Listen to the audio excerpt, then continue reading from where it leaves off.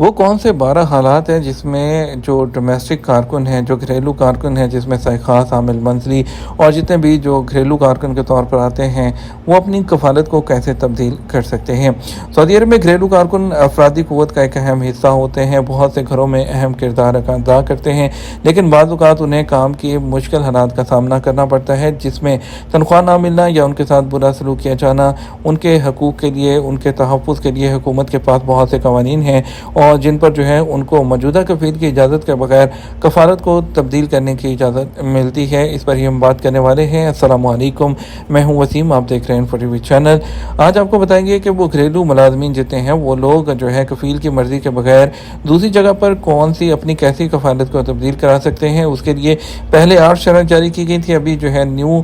جو چینجز آئی ہیں اس میں 12 کنڈیشنز ایسی کی گئی ہیں، بتائی گئی ہیں، جس میں اگر وہ آپ پر پوری اترتی ہیں تو آپ اپنی کا جو نقل کفالہ ہے اپنا وہ کروا سکتے ہیں۔ تو پہلی اگر شرط کی بات کرتے ہیں تو اس میں سب سے پہلی تو یہ ہوتی ہے کہ آپ کو مسلسل 3 ماہ سے سیلری نہیں ملتی، تو جو آپ جو جتنے بھی گھریلو کارکن ہیں وہ کفالت تبدیل کروا سکتے ہیں موجودہ کفیل کی مرضی کے بغیر۔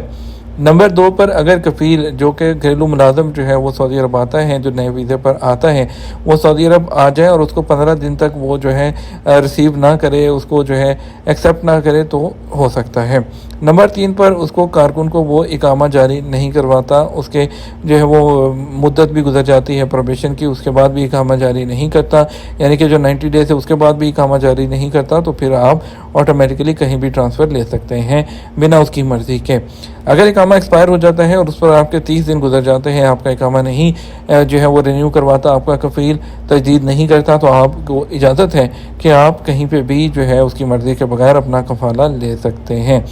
وہ آپ کو کسی دوسرے بندے کو اگر دے دیتا ہے کہ کام آپ کا جو ہے آپ اس کے پاس ہیں لیکن کسی دوسرے شخص کو دیتا ہے کام کروانے کے لیے، تو بھی آپ جو ہے اگر اس کو ثابت کر دیتے ہیں تو آپ بھی اپنا نقل کفالہ کروا سکتے ہیں اس کی مرضی کے بغیر۔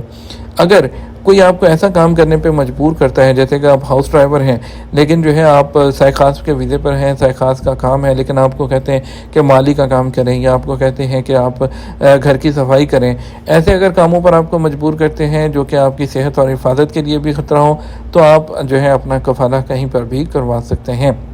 کفیل کی فیملی یا اس کے رشتہ دار کوئی بھی آپ کے ساتھ کوئی ناروا سلوک کرتے ہیں، آپ کو گالیاں دیتے ہیں یا مار پیٹ کرتے ہیں، اگر کچھ ایسا آپ کے ساتھ کرتے ہیں تو بھی آپ اپنا نقل کفالہ اس کی مرضی کے بغیر کروا سکتے ہیں۔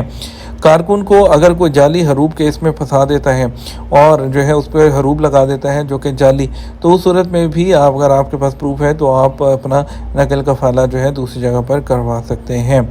اگر آپ لیبر کورٹ میں کیس کرتے ہیں اور جو کفیل ہے اس کی جانب سے یا اس کا کوئی مندوب جو ہے وہاں پر نہیں آتا ہے اور تب بھی جو فیصلہ ہے وہ آپ کے حق میں سنا دیا جاتا ہے، اس صورت میں بھی آپ جو ہے کفالت آپ کی تبدیل ہو جاتی ہے۔